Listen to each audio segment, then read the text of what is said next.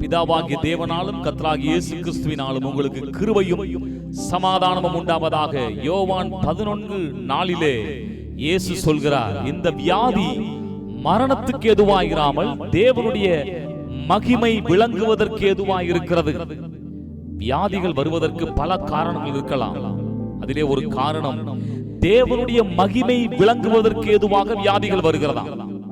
இந்த வியாதி ஒரு பொழுதும் மரணத்தை கொண்டு வர முடியாது. ஏனென்றால் இந்த வியாதி நிச்சயமாக தேவனுடைய வல்லமையாலே சுகமாகும்.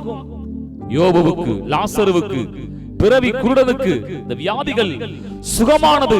அப்பொழுது தேவனுடைய நாமம் மகிமைப்பட்டது. இந்த நாளில் கூட இப்படிப்பட்ட சூழலில் அமர்ந்திருக்கும் எனக்கு அருமையான சகோதர சகோதரிகளே, தேவனுடைய ஜனங்களே, உங்கள் வாழ்க்கையிலே இயேசுவின் தழும்புகள், அவருடைய வார்த்தையின் வல்லமை உங்களை இப்பொழுதே குணமாக்குகிறது. இந்த வார்த்தையின்படியே கர்த்தர் உங்களை ஆசீர்வதிப்பாராக. ஆமென்.